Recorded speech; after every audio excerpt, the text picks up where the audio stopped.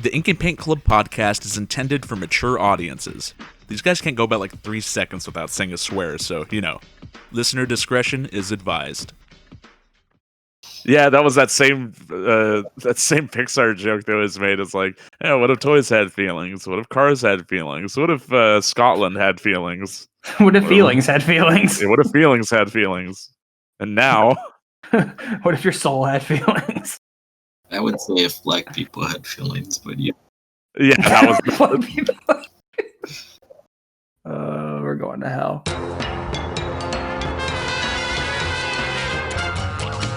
You're listening to the Ink and Paint Club podcast, your weekly home for animation reviews and discussions. Hello, everybody. Welcome to the Ink and Paint Club podcast for this week. My name is JD, and I am joined, of course, by my two good friends, Kyle. Yo. And Matt. Woo! Last show of the year, I think. Yeah, I think so. Unless something else comes up, like, really quickly. The emergency podcast. Yeah. Well, I hope everyone had a good holiday. We are recording this post-Christmas. Hope everyone had a good Christmas and Hanukkah and whatnot. New Year's is around the corner. 2020, this garbage fire is almost over, and what new garbage fire will we get in a week? But Disney Pixar gave us a little bit of a Christmas gift this year, or at least those of us who have Disney Plus. Pixar's new movie Soul was released on Christmas Day, and we all gave it a watch, and we'll kind of get into our thoughts on that. But before we get started with that, Pixar also released a new short. I guess what they dub their Spark shorts. They released their new one along with Soul, called Burrow, and it was interesting because it Pixar is mostly known for 3D animation, but this new short was completely 2D animated, and it was actually very well done and very adorable. So we'll just take the first few minutes of the podcast here to kind of talk about Burrow. What did you guys think about it? No, I really enjoyed it. It was very fun. I was remarking off the recording that, yeah, you don't typically tend to, and this is speaking from somebody who hasn't seen the Spark shorts on Disney Plus. I'm not sure how much of it is done in what styles or whatever, but just going off of what shorts I remember there being in front of the Pixar movies in the theater. Like I think there might be like one 2D one I'm like skipped, like I can't think of, but I know for the most part they're all CG. It was called Day and Night. Yeah, that's what it was. Yeah, that's what it was. That was in front of what, Inside Out? I don't remember. Right, but yeah. Oh, okay. So yeah, it made me think of like, I guess like the last like 3 or 4 Pixar movies I've seen didn't have Pixar shorts in front of them, because before, so earlier in the year there was Onward and well, Onward was Disney. No, Onward was Pixar. Was it? Yeah. Holy shit. Yeah, so Onward had a fucking Simpsons short in front of it. Right. Coco had that Frozen short in front of it. Toy Story 4 didn't have any short in front of it. So, wow. I think Incredibles 2 might have been in there somewhere. Like, and that one had Bao, so that had a short. But like, yeah, like 3, like in most recent memory, like didn't have a conventional Pixar short in front of it. So that's it was weird. So it was nice to see. Yeah, I thought that was pretty weird. I was just thinking like, yeah, when was the last time I saw like, I guess what would be considered a theatrical Pixar short, even though this was on streaming. But the last one was 2018 for Bao, Incredibles 2.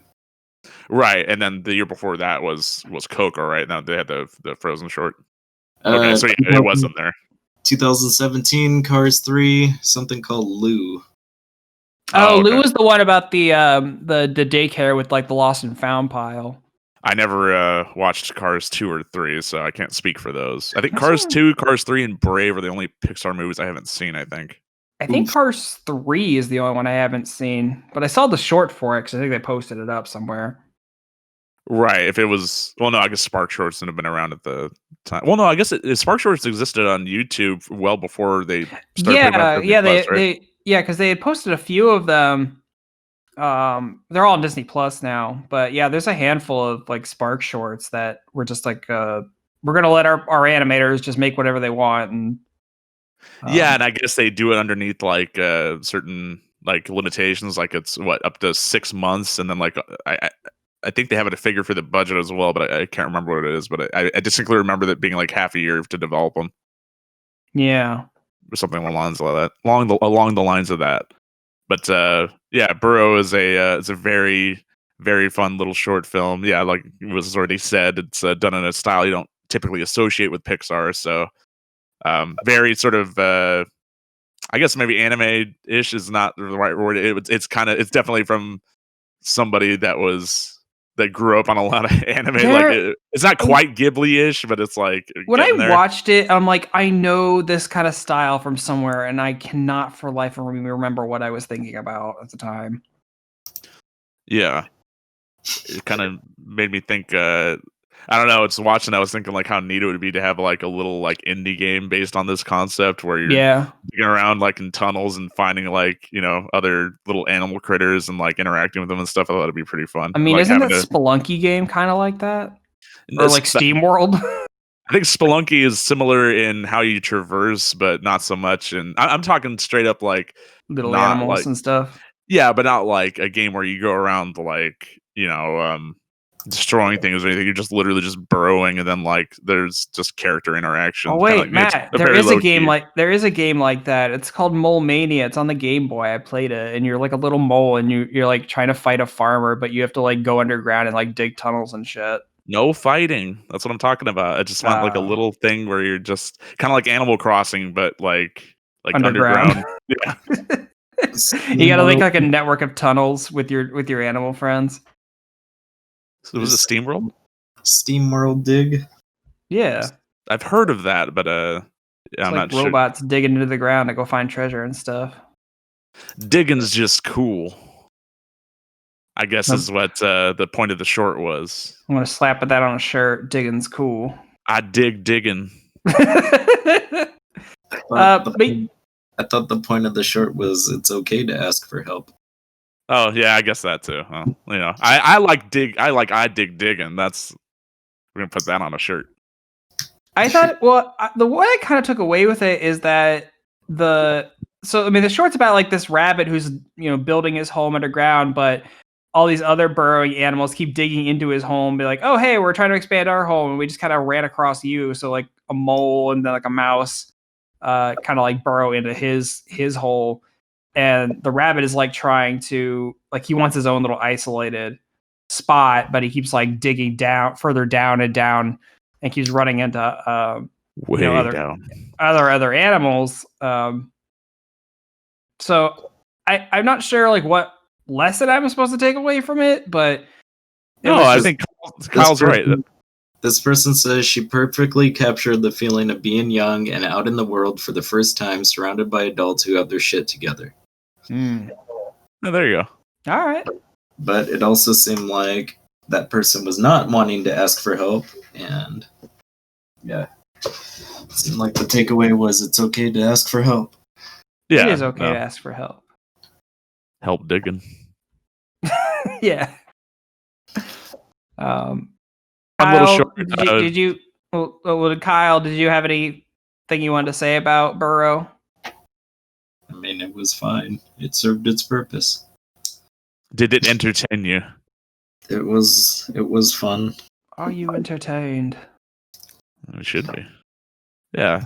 No. Yeah, that's great that they didn't give it the shaft or anything just because it all went to Disney Plus. Like, yeah, it sucks that they probably the creator probably didn't get to see their creation. I'm sure they probably did like a private screening at Pixar or something, but I'm just glad I didn't have to shell out $30 to watch the fucking movie.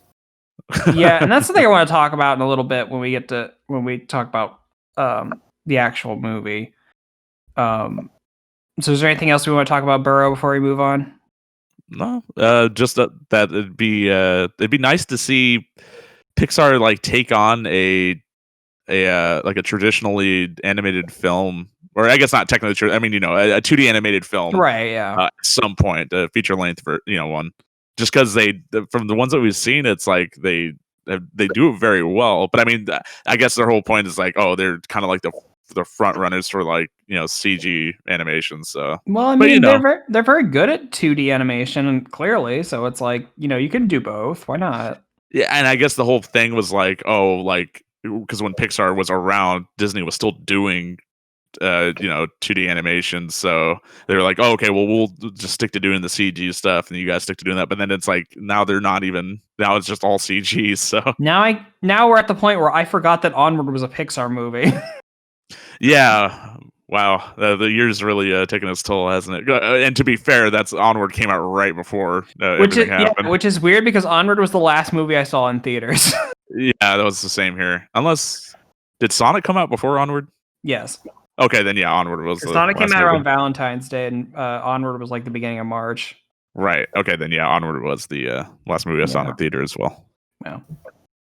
Well, it is COVID times, and obviously we can't go to the theaters. So Disney Plus has been having a habit recently, and by habit, this is the second time they've done it, of releasing their theatrical movies on Disney Plus rather than putting them out in the theaters, because they obviously don't want to endanger everybody trying to go out to the theaters and possibly get sick.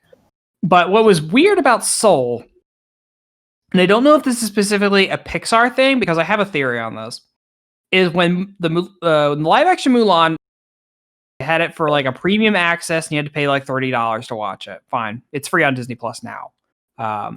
But Soul came out on Christmas Day, had no additional fee to it. Now it's a Pixar movie. So, but Disney already announced that their next animated movie, which is like that Raya and the Dragon, I can't remember what the actual name of it is. So The Last Dragon, I think. Yeah. That's also going to premiere on Disney Plus, but it's going to have the premium access. So it makes me wonder, is the only reason Soul didn't have the premium access is because it's a Pixar movie? I think that they just put it up on Christmas Day because it would be a nice little, it's like, hey, it's Christmas Day.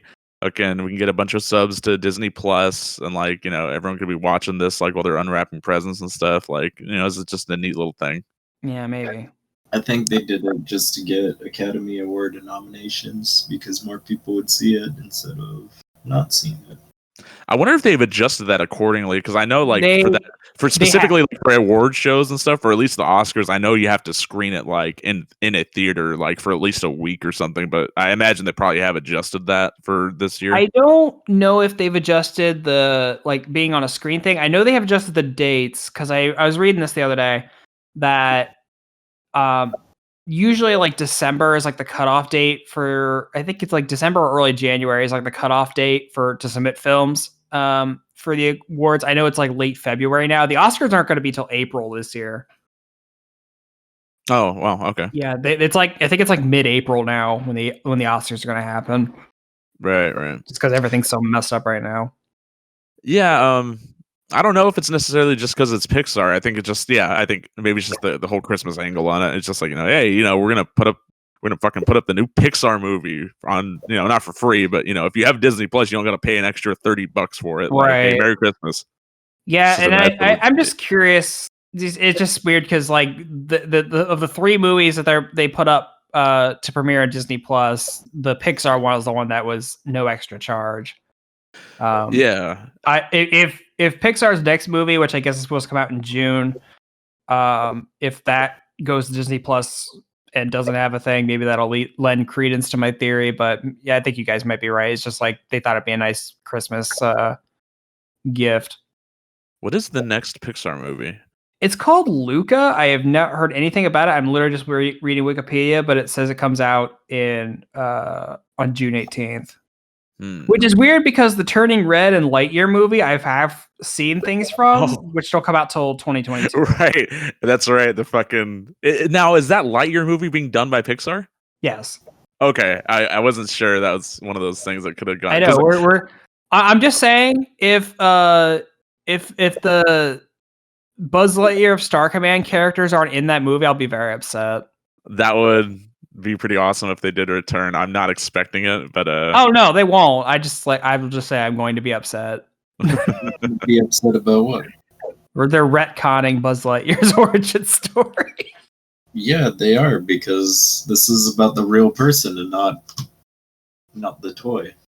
Yeah, But- so I guess the TV show technically, it would just be the TV. It would be a TV show. The toy is a toy based on the TV show, and the TV show is based on the real Buzz Lightyear, who this movie is about. Yeah, but Yeah.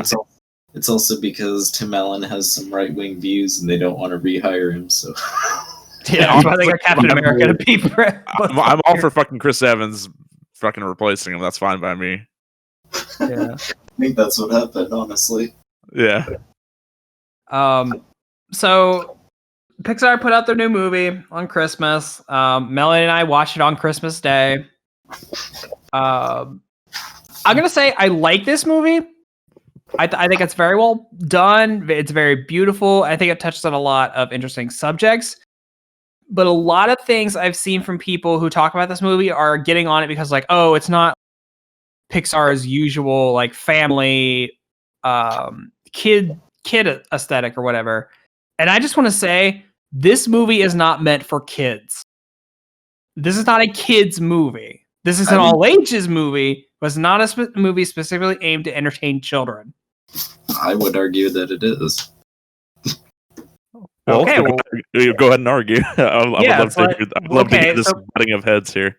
Okay, so Kyle, why would you say this is like strictly a kids movie? I mean, look at the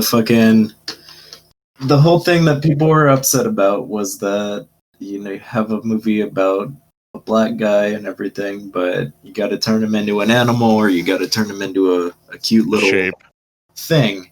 And the only reason why I would say it's a kids movie is because not only have I seen it marketed on cereals and other fucking kid products, I would say that the cute little colorful characters are exactly what makes it a kid movie, so they can probably understand the concept of death a little bit more than regular, because nothing was stopping them from making him just a regular ghost or something like that. They made him into cute little colorful cartoon guy that they're selling plushies of and stuff. Mm-hmm. I mean, can't really say that it's not a kids movie and they're fucking selling kids toys and stuff. That doesn't make any sense. You got to keep it marketable. So yeah, so like I said, I don't think this is strictly a kids movie. I think this is an all ages movie. So thing. No, hold on. So what I'm saying here is that I think there is a lot of like colorful imagery, a lot of silly stuff in here that kids will enjoy, but I'm thinking that because there's a lot of like metaphysical concepts in here that I guarantee you small children watching this who are enjoying the funny Tina Fey being a dork animation stuff are not going to get like this. Joe is having a midlife crisis, thinking his life has amounted to nothing. He's finally getting his chance to do this thing. And this existential crush he gets when he dies.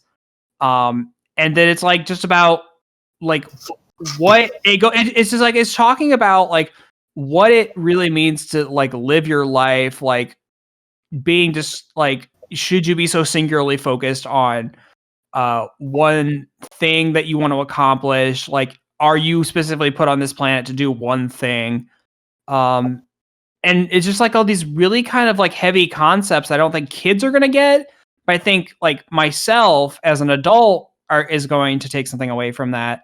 So what I'm saying is that like there are movies like that, like Toy Story and Incredibles and like Cars and all that. Like I think those slant a little more towards the kids angle, but I think this specifically Soul is trying to say a little more than those movies, at least in like the concepts it's trying to present. So I think it's more of an all ages thing rather than kind of skewing more kids. But because it is Disney and Pixar, obviously they have to market it towards kids. It's where all their marketing goes towards. So yes, they're going to market it in toys and cereals and whatnot. But I just think there's more concepts that this movie puts forth that kind of broadens itself a little more. I guess is what I'm trying to get at here. It's not the first movie to have mature themes, though. No, I'm not saying it is. What I'm saying is like I've seen a lot of reviews for this movie that are like complaining that it doesn't skew more towards the kids side of things. And I just I don't get that angle that people are coming at. It was like, it's not meant to be strictly a kids movie. It's supposed to be, a movie for everybody and kind of present these kind of like, complex themes that, you can kind of think about. So it's just like these reviews that I'm seeing that are like getting upset and like docking points from this movie because it's not like this goofy kids movie. I just don't get that. It's everything though. From what I've seen, there's multiple reviews saying, "Oh, this movie is shit because he's a funny cartoon character for half the movie, and then he's a cat for the other half, and you have a white lady playing this other character." And then I see other reviews saying that this is the representation you need. This is the best movie I've ever seen. Look at this barber. Why wasn't the movie based around this barber? Which just shows that you can't fucking please everybody with that. No, yeah, it's very true. You can't please everyone. Especially with a movie like this, where you're going, all right, well, I'm gonna make a movie about Black culture and stuff. That's awesome, but the amount of eggshells you have to walk on for people that are on Twitter or any fucking reviewer to do, that's a very tall task to do. Oh yeah, it's definitely difficult to do. I will say that some of the reviews that I've seen that are specifically coming from an African American viewpoint are saying exactly what you're saying, Kyle, is that they really enjoy this movie because it's showing Black culture, but just as kind of a normal thing. Not so it's like, oh, the Black people are so put upon and like, how we're saying like, race relations stuff. This treats like a Black neighborhood is just like, it's just a place. It's just got regular people doing their regular thing. It's not treating race as a thing that it's supposed to be controversial. It's just treating like, okay, this is what their neighborhood, what their environment is like. And like, that's just, it is what it is. And I kind of enjoyed that kind of take on it, that it didn't make the characters being Black into like a real integral thing. It just treated it as normal, and I honestly kind of find it refreshing personally. But yeah, some of these reviews coming from more African American reviewers have kind of given this movie praise for that aspect, and I kind of agree with them. I've seen both praise and negativity coming from both ends of it. Yeah.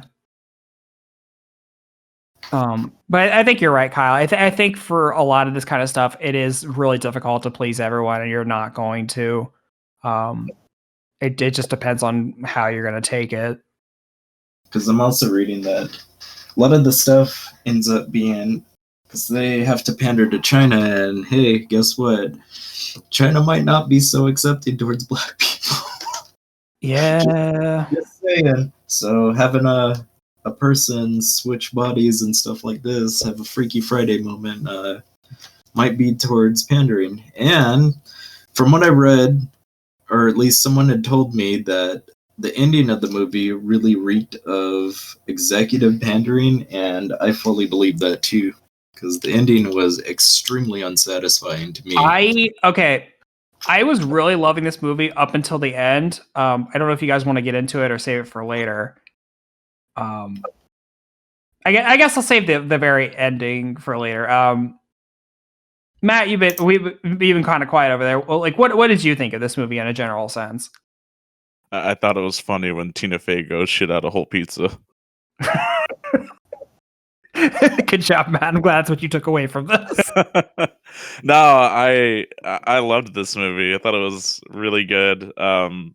Yeah, I've definitely heard a lot of stuff from all different sides, like you guys are mentioning. And I can't really speak to other people's experiences and all that stuff, but I mean, I really enjoyed it. I thought it had like a really good message of kind of that you don't necessarily need a purpose to drive your existence. You just need a spark, that sort of thing was really nice. Having music or having any movie or show or anything that has any part in like music playing like a key role in it's always going to do well by me being a musician. So that was a really fun thing to see, like having the whole bits of like showing like everyone in like the zone and like that sort of thing was like very relatable. That sort of thing. What? This is just thinking when I was watching this movie, me and Neri are watching it, and it's like, all right, so he goes. That was more towards the ending or whatever, but when he gets at his home and he starts playing on the piano to get into the zone to meet 22, he pretty much dies again because they're like, all right, you're done. And that was whatever, but I was just like, he had a fucking aneurysm playing the... Oh, no. Jesus. Oh, no. When you explain his body, he was in the zone, fucking had an aneurysm, and he died at the piano. I mean, maybe. I guess. Sorry, Go ahead. No, I was gonna say, really, like of all the Pixar movies in recent memory, like, I gotta say this one is definitely like I definitely want to rewatch it again with some of my friends who still want to watch it. But like if you just chalk it up against the other Pixar movie that came out this year, which was Onward, JD. That they did have, Pixar did have 2 movies that came out this year. Yeah, I forgot. Which is not uncommon because I think Inside Out and Good Dinosaur came out in the same year. Yeah. I mean, they've done 2 years. It's just been like this year has felt like a million years, and I honestly kind of forgot about Onward. Yeah, we did a review for it. I'm sure we sure did. Great in the first place, so it was easily forgettable. It was fun, but I really, when you chalk it up against that, like, it's definitely the quality like just shines through like so much, like, and I think that also is just like it's cool that Pixar can make so many different styles of movie, like and especially like this one, and not even so much as approaching different subject matter, like it's just more of like the way that it's done and like and the style and everything, like aside from the straight up sequels or prequels or whatever the fuck every Pixar movie does definitely feel maybe those early ones not so much because they're still kind of finding their way, but like a lot of like the more modern ones like definitely have their own sort of entirely different unique styles and stuff. So and this one's no different. It would have been cool to see like because I don't know that we've really seen much of like aside from the bits in Toy Story, but like you don't really get a lot of stuff like in Pixar films that just focuses on like showcasing normal life, and then of course a lot of this movie is not based around that. Say again? Ratatouille had some pretty great bits of normal life. Yeah, but there's a fucking whole rat society and like a rat controlling a dude by pulling on his hair, like, and I know that because like this movie is like, oh, there's a fucking dude stuck in a cat, and there's like, oh, right, so that was a joke that made me laugh pretty good. It was like there's a bit where Tina or Joe was asking 22 why she sounds like a middle-aged white woman. Middle-aged white woman, and she said because it's all hypothetical, and so she can sound like any way she wants, but she picked sounding like Tina Fey because it annoyed the most people. So that was pretty funny. Which I actually heard that 22's dialogue, like Tina Fey actually wrote herself. I could believe that. Like she was actually in on the writing process for this, which I thought was funny. Yeah, no, good, absolutely. From what I've because I've seen 30 Rock, so that it definitely fit that same sort of like dialogue she gives Liz Lemon. Right. Yeah. So you kind of alluded to it, and I want to kind of circle back on it. I really enjoy the music in this movie, and honestly, music is not something I generally pay attention to in movies. I don't know, I kind of zone, like, for me, most of the time, a good soundtrack is a soundtrack I don't notice. Because it's supposed to be like to emphasize a scene, so it's like I'm not supposed to really like be focusing on the music. I'm supposed to be focusing on what's going on in a scene. But like you said, the music is so integral to this story because Joe, our main character, is a middle school band teacher who aspires to be like a professional jazz pianist. So just watching Joe play, which I learned a couple days before this movie came out, that I don't know if you guys watch Stephen Colbert, but his band leader is John Batiste, who is like a famous jazz musician. Apparently, all the jazz compositions in this movie were done by him, and like all of Joe's piano movements were actually just like animated from John Batiste playing piano. That's awesome. I had read that they got specifically, like, as far as the animation on individual instruments goes, that they got their animators that were already familiar with those instruments, like they had played them or something, like at certain points. And I had read about that, so that's pretty neat. But yeah, no, I don't know about the connection to Clover. That's cool. Yeah, so it was really cool, like watching Joe play the piano and like watching like how his hand movements go. It was kind of like with the different Coco, where like you could watch Coco, like watch along with Coco, and like he's actually playing the guitar. Like all those strings he's playing is the actual notes. So it was cool for them to kind of carry that over to this, watching Joe play the piano. And also there's that scene where he goes to audition for the jazz quartet, and the lead saxophonist, like you watch her playing the saxophone and watching her hands go up and down on the keys and stuff. And like that's the actual notes being played. I just think like that attention to detail is so interesting, and I know a lot of people wouldn't even pay that a second thought. But I think just the fact that they put that kind of detail into it, I think is really kind of cool. Yeah. Speaking on the music though, like not necessarily the compositions in the movie, because I'm sure that's done by actual like, you know, jazz musicians and stuff and all that, but the actual score for the movie, like, you know, during the rest of the other parts of the film, I'm not sure. Did you guys look up who did that? Yeah, it was Trent Reznor. Yeah, so Trent Reznor and Atticus Ross, who I think this is their first animated movie, but for any people that are unfamiliar out there, there are two parts of Nine Inch Nails. Yeah. Which, and I mean, I think Trent Reznor's only been doing film scores since like The Social Network, I think, right? And that was only like a decade ago. So he's pretty new to the scoring thing. I did think it was interesting when his name popped up, and that was the other part of this that I really liked, is that I like the difference in music from the real world to the Great Beyond world, where the Great Beyond world has like this very synthy, kind of ethereal feel to it, and I really liked it. Yeah, I don't know. I just thought it was kind of funny. Like when I saw the names pop up on the credits, I kind of was just, I don't know, in my head, I started like hearing "head like a hole." Like, really, like I kind of want to edit it in now. Like Jesus. Yeah, no. So that was cool that they are kind of branching out, I guess. Because I'm pretty sure it's like those two's first animated film that they've done the score for. So that's pretty cool. Yeah, that's cool. I mean, sorry, go ahead. No, I was gonna say I didn't think we actually talked about like the direction on this movie, because that's done by Pete Docter, who did Monsters Inc., Up, and Inside Out. Mm-hmm. Who I totally forgot is now like the chief creative officer at Pixar ever since John Lasseter got outed. Oh wow! And I guess they were in the process of making this movie since I think it was 2016 or some years ago, but then like that all happened, and he still wanted to do the film, so he was directing this and handling all the chief creative stuff like at Pixar at the same time. So yeah, it's pretty crazy.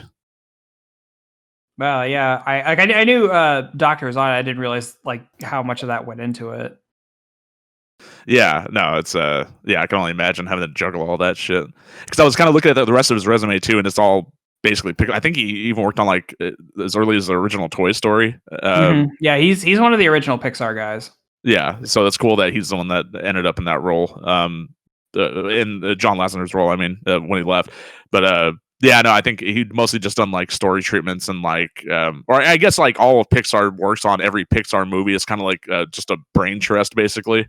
So they throw around ideas and stuff. So I'm not sure exactly how much of a role he had in some certain movies, but like as far as direction goes, yeah, those four, those that I mentioned, and then of course, yeah. Yeah. So I wanted to talk about the voice cast in this, and I'm kind of surprised that this one doesn't seem as celebrity stacked, or as like big celebrity stacked as maybe some of the other ones. Yeah, aside from like the two mains, like you got like Jamie Foxx and you got Tina Fey, right? But then like you've got Graham Norton, who is a British talk show host, as Moonwind, who's like the spirit guide guy. Yeah. Richard Ayoade, or however you pronounce his last name. I only know because I've watched the IT Crowd. Yeah, and he does like one of the many voices of, is it Jerry, right? Yeah, Jerry, which I want to talk about the Jerrys and Terry in a minute. Yeah. And then the only other one I really recognize, well, Angela Bassett is in there. Yeah. As the head of the quartet, and then you have Questlove, who I've never heard, but I know his name. Questlove's the drummer on Conan O'Brien. I think it's or maybe it's Jimmy. I think it's Jimmy Fallon. Yeah, I know he's a musician in his own right. Yeah, but he plays Joe's like former student, who's a drummer in the quartet, and kind of like gets in the end for them. When you guys brought up the barber earlier, that was like one of my favorite scenes in the film, just because that barber Dez is voiced by Donnell Rawlings, who is like a main like character actor on the Chappelle Show, and who most people might recognize as the "He Stole My Pizza" guy from Spider-Man 2. Larry. Yeah, it's Ashley Larry. Okay. I just pulled up his picture, like, oh wait, I know that guy. Yeah. No, so that was fun to see him in something. Which is weird. Just a couple weeks ago, I watched the World Series of Dice clip, and he's in that. I'm going from ashy to classy. Oh man, I wish the whole Dave Chappelle and CBS could work out the Chappelle Show issue, but yeah. So yeah, there's a lot. I'm sure there's other people who like know a lot more of these actors, but like there's not a lot of like huge name actors playing these characters, and honestly, I'm kind of okay with that, because sometimes I feel like if an animated movie is like too overstacked with celebrity voices, I stop hearing the characters. I just hear the voices, or I just hear that actor. Yeah. And I want to give credit to Jamie Foxx specifically on this, because I feel in any movie that I've seen him in, he's playing like a very kind of smooth, kind of suave kind of character. But with Joe, he's just kind of like this kind of nerd, kind of dorky, kind of like kind of higher pitched kind of character. So I wasn't really so much hearing like Jamie Foxx as a character. I was actually like, okay, I was kind of getting into Joe as a character. Because he's playing such off type for him.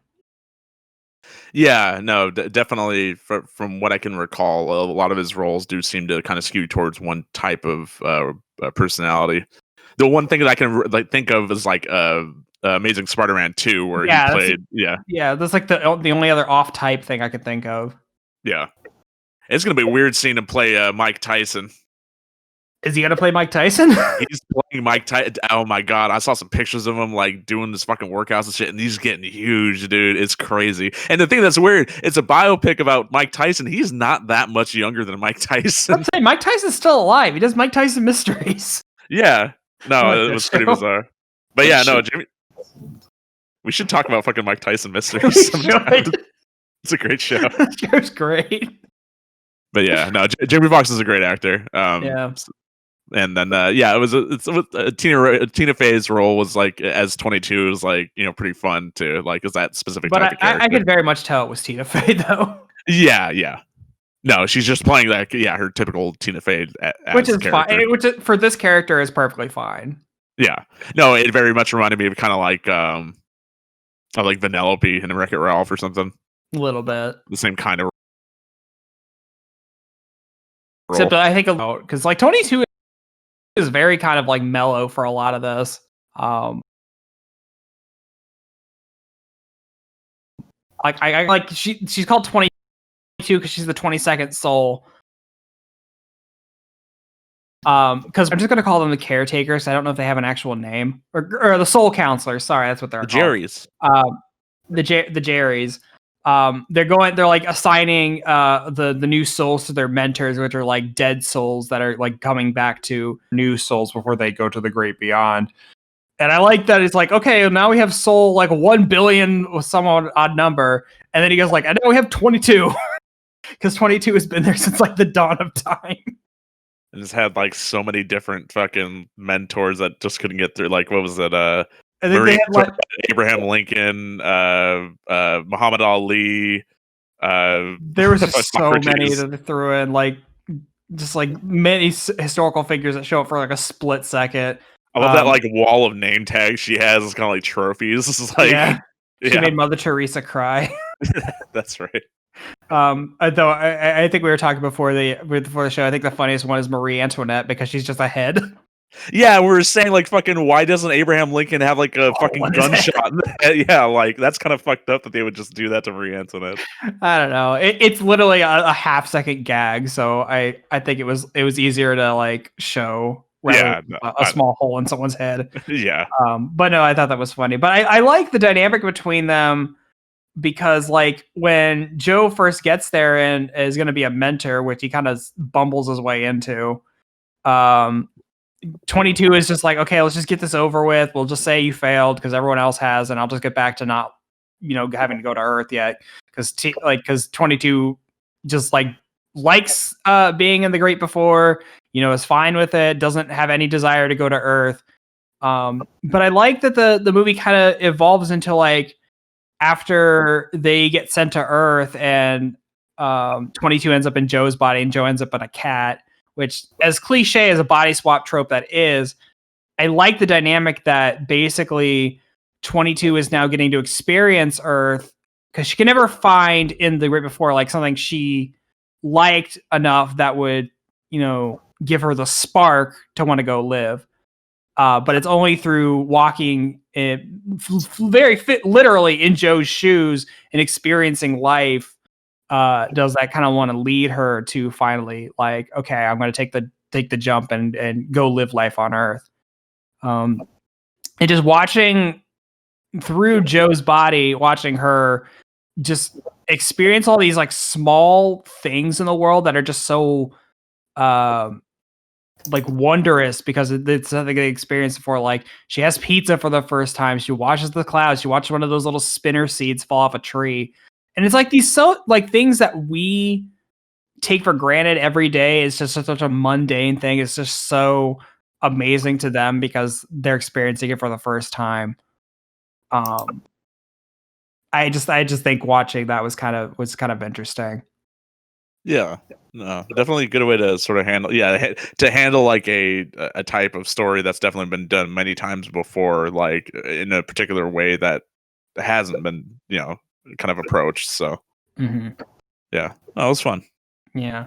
And the other thing I want to talk about is those soul counselors. Because like we were saying with Burrow, it's it was 2-dimensional and Pixar's mostly done for 2D. I like that they turned these soul counselors that they are technically in 3D, but they are like flat, almost what's the word I want to use here? Well, I mean, they're 2-dimensional, like in a 3-dimensional plane, but they're not like animated. They're like, or not like traditionally animated or anything like that. They're still done in CG, but they're kind of like they're just lines, and they're kind of like I'm not sure if 1D is even the correct. Is what I was wanting to say. They're very like abstract designs, but they're flat. Yeah. They're basically just line work. And I just thought and the fact that they could transform. And like all of them are made of that, and like the ways that they can play with that. I just thought it was just a very interesting way to kind of show these very ethereal beings and kind of to set them apart. Because I feel like if they had made them like the same kind of like blue, wispy characters that like all the souls are, I feel like they wouldn't stand out. But the fact that these really tall, really abstract shapes, really kind of helps along that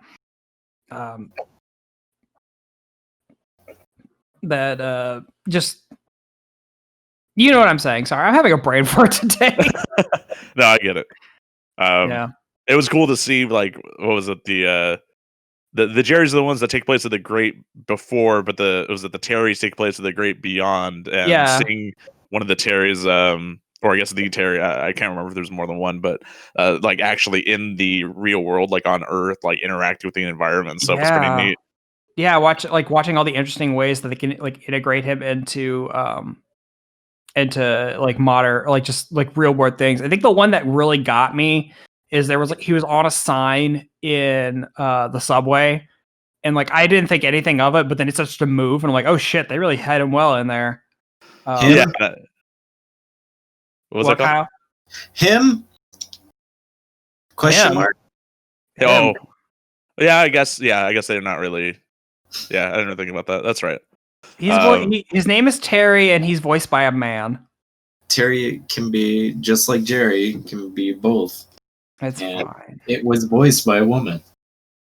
Terry was voiced by a woman. Yes. Just hey JD, just cut this whole part out. Why don't you? Okay, yeah, you know, I don't want to get canceled. My bad. Anyway, yeah, the seeing that character interact with the environment was really cool.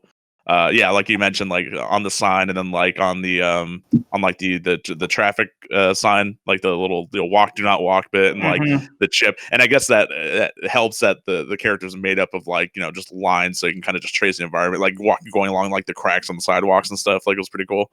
And it's funny because the Jerrys make a reference, or they're not reference, but they just say like, "Do not let anybody see you." And I'm wondering if that's not so much a fact of like, oh, they're gonna know about the Great Before, the Great Beyond. It's just like I don't think they'd really actually be able to perceive your form, like which is really funny that they play that joke to its logical conclusion, where he runs into this guy that was antagonizing Joe. Yeah, and like makes himself known to him, which. Dude, so like Terry is basically in the real world trying to opening these portals to catch Joe to bring him back. But he accidentally catches this other guy. And I'm going to say, when he catches that guy and throws him into the void and he has just this dead-eyed stare, that shit is terrifying. Yeah. It's like he's just wide-eyed staring straight ahead because he's basically dead.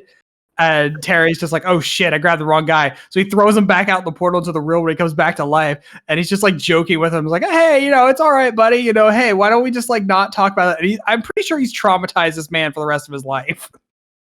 Yeah, and don't eat those processed foods. Yeah. Trying to get him to stop eating Doritos. Yeah.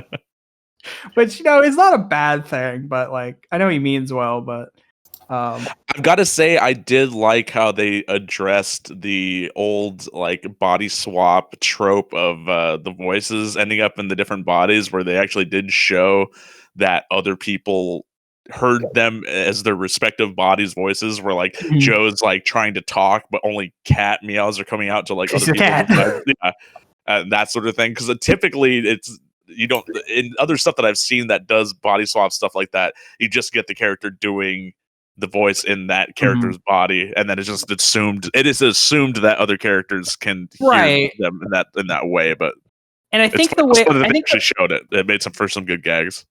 And I think the best way they kind of got that point across is when Joe and 22 go to see Joe's mom to fix his suit, and Joe is like on his shoulder trying to tell 22 what to say. And I like that they make a transition where it's like Joe's like, okay, just repeat after me, and he starts going into what he's saying. And then it kind of does a strange little transition to flip the perspective, and it transitions right into 22 saying exactly what Joe was telling him, but in Joe's voice. Yeah, it just seems like a natural conversation at that point, which was really neat. Yeah, yeah, I really enjoyed that. So I think it'd be a good time to talk about that ending. Kyle, why don't you tell me what your problem with the ending? I want to see if I agree with it. It just ends abruptly. Yeah. Okay. Yeah, it kind of does. Well, because Kyle, you were saying that it could have used like an extra scene with like showing 22 like on Earth or something, right? Right, but the thing is, I don't know if you guys noticed, but they ended up. I think she fell somewhere in China or something. Mm-hmm. She didn't fall in the America. Oh, I wasn't even paying attention to like. Yeah, the I'm pretty sure she fell location. somewhere in Asia. I wasn't even paying attention to that. Weird. Um, Well, okay. I will not necessarily that they had to interact, but I think it would have been nice to see like I don't know, like a newborn baby or something that kind of looked like 22 or something. Like didn't even have to necessarily interact with Joe, although that would have been neat. Like yeah, like you were saying, like seeing them like older, like as older characters and seeing them like meet up or something would have been neat. Like I don't think that's particularly necessary, but yeah, it would have been Mhm. nice to see like a human 22 or something. But I My don't Yeah. know. friends had said that he should have also died at the end after getting a second chance because he pretty much came into terms with his death, something like that. Well, And so so my problem with it is that it ends abruptly, but I think it's like too open ended. I don't think Joe should die, and I don't think them interacting once 22 gets to Earth is necessarily important. It's just that they go from the scene of like, okay, Joe has gotten 22 to want to go to Earth. The Jerry's decided to give Joe a second chance, and so it goes back to Earth, and and I like that he is seen like he has gained a new appreciation for life. He even says as much at the end, like he's gonna go experience everything life has instead of being so singularly focused. And then it ends. We never see Joe go do anything with that revelation. So I would honestly, if they just would have given us like another like minute of just like Joe going out into the world and like just having this new respect for life, I think could have helped that ending. But yeah, I do agree with you, Kyle. It does end very abruptly. Yeah. said that if he would have died at the end, they said it would have been a little bit better, him interacting. If he would have met his dad, that would have been too much like Coco. Yeah, I don't. Yeah. Yeah, I don't think like you need to see any dead people, and I don't think they need to interact. Because I feel like not only was this movie about like having like teaching 22 to want to go live, it's teaching Joe like a new perspective for living, because it shows that he gets back to Earth, gets back in his body, and he finally gets to like play a show with this quartet, which is something he wants to be a professional jazz musician. He finally gets what he wants, and he like at the end of the show, he kind of realizes like, I thought I'd feel different. This is all I've ever wanted out of life. Like, why doesn't this feel? So one of the things I noticed, and I never saw anybody bring up, how fucking selfish did he come off in the entire movie? He came off as incredibly selfish as a person. Oh yeah. Oh yeah, for sure. And I don't even think he learned from it. It was just, he was straight selfish. He got what he wanted, and then he still wanted more.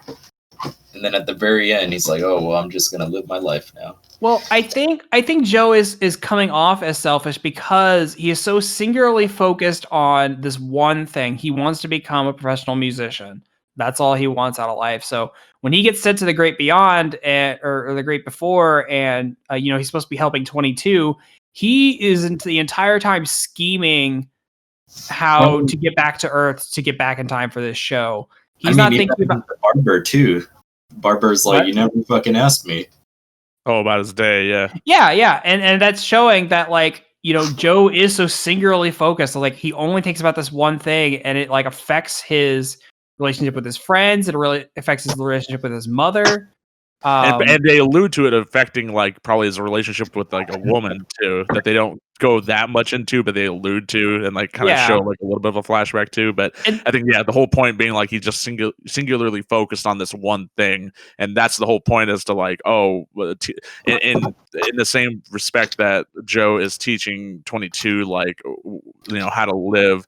22 is just as much as teaching to Joe appreciate living. Appreciate living, yeah. Right. And I like I said, I wish there was just a minute or two more of this movie where it shows Joe going out into the world and finally appreciating all that life has, not just this one thing that he wants. Just a little added context would have put this over the top for me.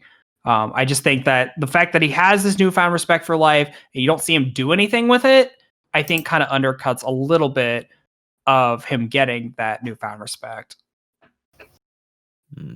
I wonder if I wonder if they did consider like other endings for this. It'll be interesting, like when the Blu-ray comes out or something, to see, because typically, like for Pixar movies, they do have like a lot of deleted scenes. So it'll be interesting to see if they had like any other, if they were considering just having him die like at the end and like accept death and everything, like, because I mean that seems like it would have been like a natural thing to do, but that'll be interesting to see.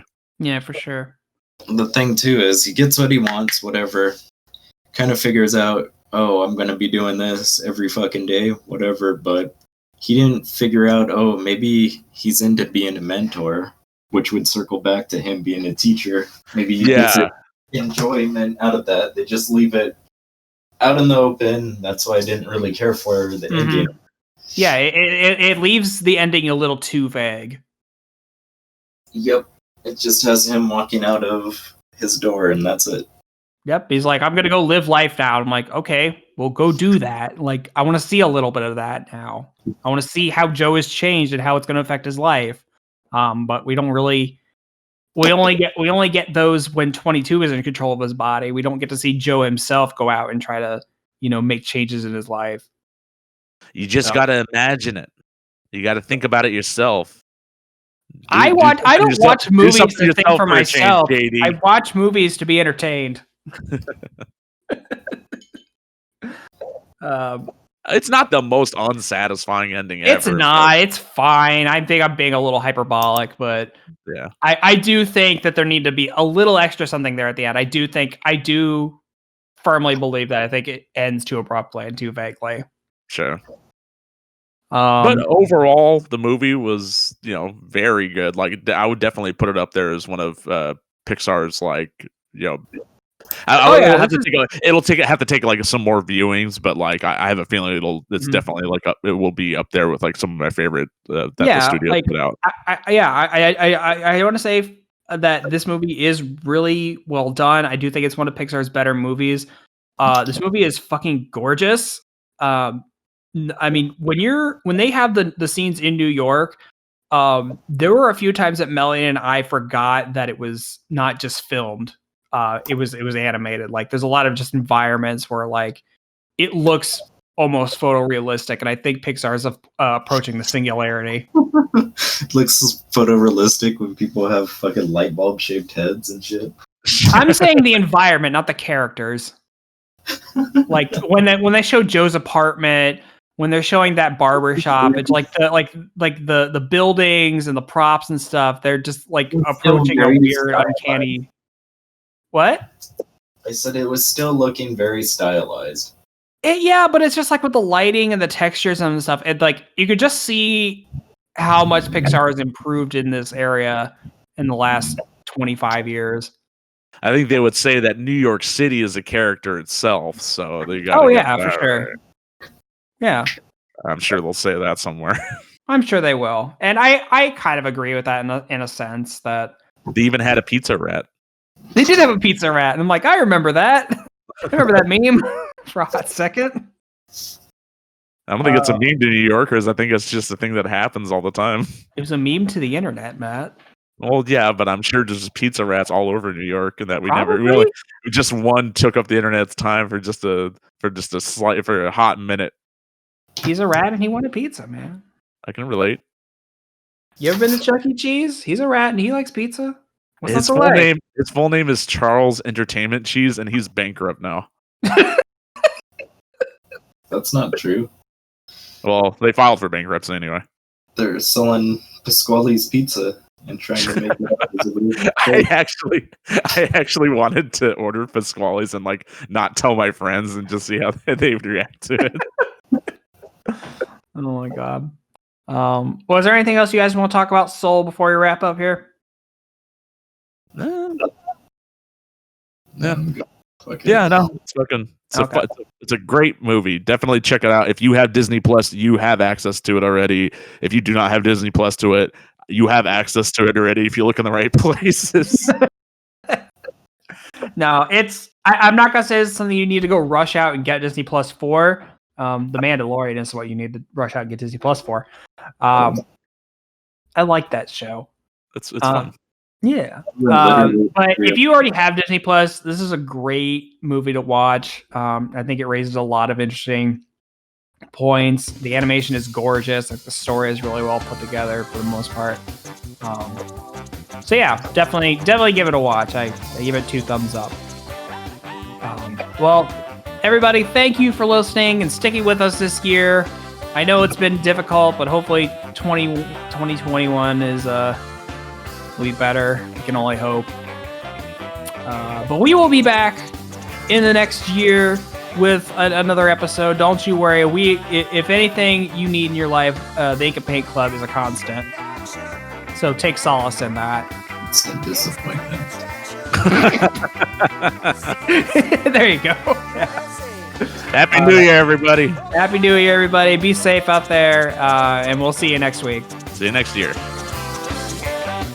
Thanks for listening to the Ink and Paint Club podcast. Be sure to follow us on Facebook and Twitter to keep up with the show. Join our Discord to chat with us. Links are in the description. We'll see you next time.